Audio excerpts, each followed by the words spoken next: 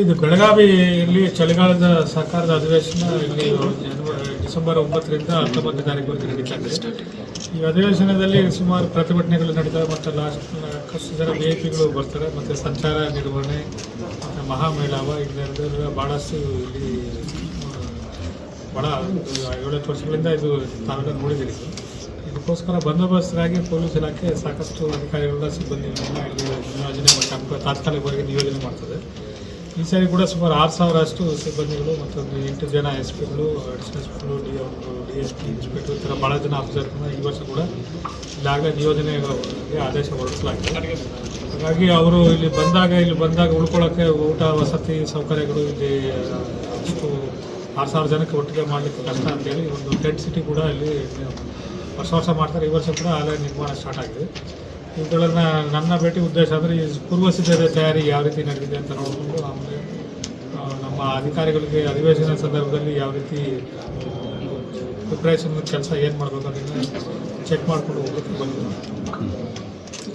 ಎಷ್ಟು ಸಿಬ್ಬಂದಿ ಮಹಾಮೇಳ ಅಧಿವೇಶನ ಕರ್ನಾಟಕ ಸರ್ಕಾರದ ವಿರುದ್ಧ ಕನ್ನಡಿಗರ ವಿರುದ್ಧ ಒಂದು ಪ್ರತಿಭಟನೆ ಪ್ರತಿ ವರ್ಷ ಅವರು ಆಚರಣೆ ಮಾಡ್ಕೊಳ್ತಾ ಬರ್ತಾ ಇದ್ದಾರೆ. ಪ್ರತಿ ವರ್ಷ ಏನಂತಂದ್ರೆ ಅದಕ್ಕೆ ಅನುಮತಿ ಕೊಡ್ತಾರೆ, ಒಂದು ವರ್ಷ ಕೊಡಲ್ಲ, ಆದರೂ ಅವರು ಆಚರಣೆ ಮಾಡ್ತಾರೆ.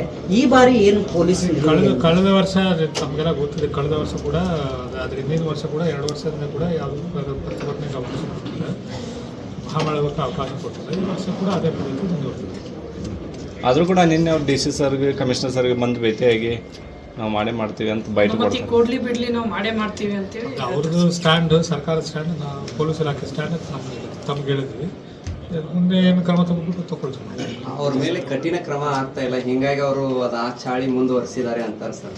ಏನಾದ್ರು ಅವ್ರ ಮೇಲೆ ಕಠಿಣ ಆ್ಯಕ್ಷನ್ ತೊಗೊಂಡ್ರೆ ಈಗಾಗಲೇ ತಮಗೆಲ್ಲ ಗೊತ್ತಿದೆ. ಆಗಲೇ ಲಾಸ್ಟ್ ಇಯರ್ ಕೂಡ ಅವ್ರಿಗೆ ಇಲ್ಲಿ ಮಾಡಕ್ಕೆ ಬಿಡಲಿಲ್ಲ. ಅವರು ಬಾರ್ಡ್ರಿಂದ ಆಚೆ ಹೋಗಿ ಅಲ್ಲಿ ಅವರು ಮಹಾರಾಷ್ಟ್ರದೊಳಗೆ ಅವರು ಮಾಡಿಕೊಂಡ್ರು. ಸೊ ಕಠಿಣ ಕ್ರಮ ಸರ್ಕಾರ ಕಠಿಣ ಕ್ರಮ ತಗೊಳ್ತಾರೆ. ಸರ್, ಈಗ 6,000 ಪೊಲೀಸ್ ಸಿಬ್ಬಂದಿ ಬರ್ತಾರೆ, ಸಾಕಷ್ಟು ಚಳಿ ಇರುತ್ತೆ, ಅವ್ರಿಗೆಲ್ಲ ವ್ಯವಸ್ಥೆ ಯಾವ ರೀತಿ ಅದಕ್ಕೆ ಟೆಂಟ್ ಸಿಟಿಗೆ ಎಲ್ಲ ವ್ಯವಸ್ಥೆ ಮಾಡಿದ್ದೀವಿ. ಅದ್ರ ಜೊತೆಗೆ ನಾವು ಬರುವಂಥ ಸಿಬ್ಬಂದಿಗಳು ಕೂಡ ಎಲ್ಲ ಅವ್ರಿಗೇನು ಜಾಯ್ನಿಂಗ್ ಇನ್ಸ್ಟ್ರಕ್ಷನ್ಸ್ ಅಂತ ಏನು ಹೇಳ್ತಾರೆ ಅದಕ್ಕೆ ಅಲ್ಲಿ ಚಳಿ ಇದೆ, ಸಾಕಷ್ಟು ಪೂರ್ವ ಸಿದ್ಧತೆ ಹುಲ್ಲನ್ನು ತೊಗೊಂಡೋಗಿ ಹೇಳಿದ್ವಿ ನಾವು. ಅಕಸ್ಮಾತ್ ಎಲ್ಲರೂ ತರ್ತಾರೆ, ಒಂದಷ್ಟು ಜನ ಅಕಸ್ಮಾತ್ ಮರ್ತು ಬಂದರೆ ಅವ್ರಿಗೆ ಏನು ವ್ಯವಸ್ಥೆ ಮಾಡಬೇಕು ಅದನ್ನು ಮಾಡ್ತೀವಿ. ಸರ್, ಈಗ ಸಿಬ್ಬಂದಿಗಳ ಕೊರತೆ ಕೂಡ ಇರುವಂಥದ್ದು ಬೆಳಗಾವಿ ಸಿಟಿ ಮತ್ತು ಜಿಲ್ಲೆಯಲ್ಲಿ. ಈ ಬಗ್ಗೆ ಪ್ರಪೋಸಲ್ ಕೊಟ್ಟರು ಕೂಡ ಸರ್ಕಾರ ಇದನ್ನು ಮಾಡ್ತಿಲ್ಲ ಅನ್ನೋದು. ಈಗಾಗಲೇ ಸ್ಯಾಂಕ್ಷನ್ಡ್ ಪೋಸ್ಟ್ ಏನಿದೆ, ರಿಕ್ರೂಟ್ಮೆಂಟ್ ಆಲ್ರೆಡಿ ಕೆಲವೆಲ್ಲ ರಿಸಲ್ಟ್ಸ್ ಅನೌನ್ಸ್ ಆಗಿ ವೆರಿಫಿಕೇಷನ್ ನಡೀತಾ ಇದೆ. ಅವ್ರಿಗೆ ಅಪಾಯಿಂಟ್ಮೆಂಟ್ ಆರ್ಡರ್ ಕೊಡೋದು ಬಾಕಿ ಇದೆ. ಅಪಾಯಿಂಟ್ಮೆಂಟ್ ಆರ್ಡರ್ ಕೊಟ್ಟು ಅವರೆಲ್ಲ ನೌಕರಿಗೆ ಸೇರಿಕೊಳ್ತಾರೆ. ಇನ್ನು ಉಳಿದಿರೋದು ಖಾಲಿರೋ ಹುದ್ದೆಗಳಿಗೆ ಅದು ನೋಟಿಫೈ ಮಾಡೋಂಥದ್ದು ಅದು ಈಗಾಗಲೇ ನಾವು ಪೊಲೀಸ್ ಇಲಾಖೆ ವತಿಯಿಂದ. ಯಾಕೆಂದರೆ ಈಗ ಕಳೆದ 2 ವಾರಗಳಲ್ಲಿ ಕ್ರೈಮ್ ರೇಟ್ ಕೂಡ ಹೆಚ್ಚಾಗಿದೆ ಸರ್. ಸಿಟಿಯಲ್ಲಿ ಅಧಿವೇಶನ ಕೂಡ ಬರ್ತಾ ಇದೆ, ಸಿಬ್ಬಂದಿಗಳ ಕೊರತೆ ಕೂಡ ಇರುವಂಥದ್ದು. ಸರ್ಕಾರಕ್ಕೆ ತಾವೇನಾದರೂ ವರದಿ ಕೊಡ್ತೀರಾ ಅಂತ? ಅಲ್ಲ, ನನಗೆ ಹೇಳೋದ್ರಿಗೆ ನೀವು ನಮಗೆ ಅರ್ಧಕ್ಕೆ ಕಟ್ ಮಾಡೋದಕ್ಕೆ ಆಲ್ರೆಡಿ ಸ್ಯಾಂಕ್ಷನ್ ಆಗಿರೋ ಪೋಸ್ಟ್ಗಳಿಗೆ ಖಾಲಿ ಇರೋವಂಥ ಪೋಸ್ಟ್ಗಳು ತುಂಬಲಿಕ್ಕೆ ಆಲ್ರೆಡಿ ಸರ್ಕಾರಕ್ಕೆ ಪೊಲೀಸ್ ಇಲಾಖೆಯಿಂದ ಪ್ರಸ್ತಾವನೆ ಹೋಗಿದ್ದಾವೆ. ಈಗ ಇಂಟರ್ನಲ್ ರಿಸರ್ವೇಷನ್ ಅಂತ ಹೇಳಿ ಕೆಲವೊಂದೆಲ್ಲ ನೇಮಕಾತಿಗೆ ನಿರ್ಬಂಧ ಆಲ್ರೆಡಿ ಸರ್ಕಾರದಿಂದ ಬಂದಿದೆ. ಇಂಟರ್ನಲ್ ರಿಸರ್ವೇಷನ್ ಆಗುವವರೆಗೆ ಯಾವುದು ಹೊಸ ನೇಮಕಾತಿ ಮಾಡಬಾರ್ದು ಅಂತ. ಅದಕ್ಕೆ ವಿನಾಯಿತಿ ಕೂಡ ಕೊಡಿ. ಪೊಲೀಸ್ ಇಲಾಖೆ ಅತ್ಯಗತ್ಯ ಅತಿ ಮುಖ್ಯ ಇಲಾಖೆ, ಇದಕ್ಕೆ ಕಾಲಿಟ್ಕೊಳ್ಳೋಕೆ ಭಾಳ ವರ್ಷ ಕಾಲಿಟ್ಕೊಳ್ಳೋಕ್ಕಾಗೋದಿಲ್ಲ ಅಂತೇಳಿ ಅದಕ್ಕೆ ವಿನಾಯಿತಿ ಕೊಡಬೇಕು ಅಂತ ಕೂಡ ಚರ್ಚೆ ನಡೀತಾ ಇದೆ. ವಿನಾಯಿತಿ ಸಿಕ್ಕಿದ್ರೆ ಇಮಿಡಿಯೇಟ್ ಅದಕ್ಕೆ ರಿಕ್ರೂಟ್ಮೆಂಟ್ ಸ್ಟಾರ್ಟ್ ಮಾಡ್ತೀವಿ. ಮೀನ್ವಾಲ್ ಈಗ ಅಧಿಕಾರಿಗಳ ಸಿಬ್ಬಂದಿ ಸಭೆಗೆ ಕೂಡ ಕರೆದಿದ್ದೀವಿ. ಸಭೆಯಲ್ಲಿ ಹೆಚ್ಚಿನ ಮಾಹಿತಿ ತಾವು ಹೇಳಿದ ಪಾಯಿಂಟ್ಗಳಿಗೆಲ್ಲ ಹೆಚ್ಚಿನ ಮಾಹಿತಿ ತಗೊಳ್ತೀನಿ ಅಧಿಕಾರಿಗಳಿಂದ ತಗೊಂಡು ಅದಕ್ಕೇನು ಯಾವ ರೀತಿ ಇಲ್ಲಿ ಇಲಾಖೆಯಿಂದ ಏನು ಮಾಡಬೇಕು ಅದನ್ನೆಲ್ಲ ಮಾಡ್ತೇವೆ. ಬೆಳಗಾವಿ ಸೇರಿದಂತೆ ಹುಬ್ಬಳ್ಳಿ ಧಾರವಾಡ ಅಂತ ಈ ಕ್ಷೇತ್ರದಲ್ಲಿ ಈ ಸಿಬ್ಬಂದಿ ಕೊರತೆ ಇರೋದ್ರಿಂದ ಸಿಬ್ಬಂದಿಗೂ ಒತ್ತಡ ಹೆಚ್ಚಾಗ್ತಾ ಇದೆ. ಅವರಿಗೆ ಸ್ಟ್ರೆಸ್ ಅವ್ರು ಇದನ್ನು ಮಾಡಬೇಕು. ಅಂದರೆ ಸಾಕಷ್ಟು ಹಿರಿಯ ಅಧಿಕಾರಿಗಳ ಕಿರುಕುಳ ಆರೋಪವನ್ನು ಕೊಡ್ತಾರೆ.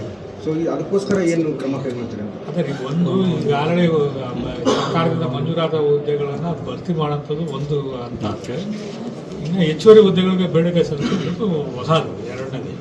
ಸೊ ಈಗ ಆಲ್ರೆಡಿ ಸ್ಯಾಂಕ್ಷನ್ ಆಗೋ ಪೋಸ್ಟಾಗಿ ಖಾಲಿ ಇದ್ದಾಗ ಹೆಚ್ಚುವರಿ ಹುದ್ದೆಗಳಿಗೆ ಕೇಳೋದು ಅದನ್ನು ಕೂಡ ಮಾಡ್ತೀವಿ, ಇದನ್ನು ಕೂಡ ಮಾಡ್ತೀವಿ.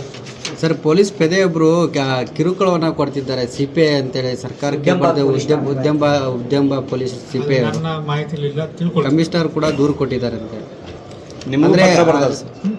ನಿಮಗೂ ಪತ್ರ ಬರೆದಿದ್ದಾರೆ, ಆತ್ಮಹತ್ಯೆಗೆ ಯತ್ನ ಕೂಡ ಮಾಡಿದಾರಂತೆ. ಅವ್ರನ್ನ ಈಗಾಗಲೇ ಸೆಕ್ಯೂರ್ ಕೂಡ ಆಗಿದ್ದಾರೆ.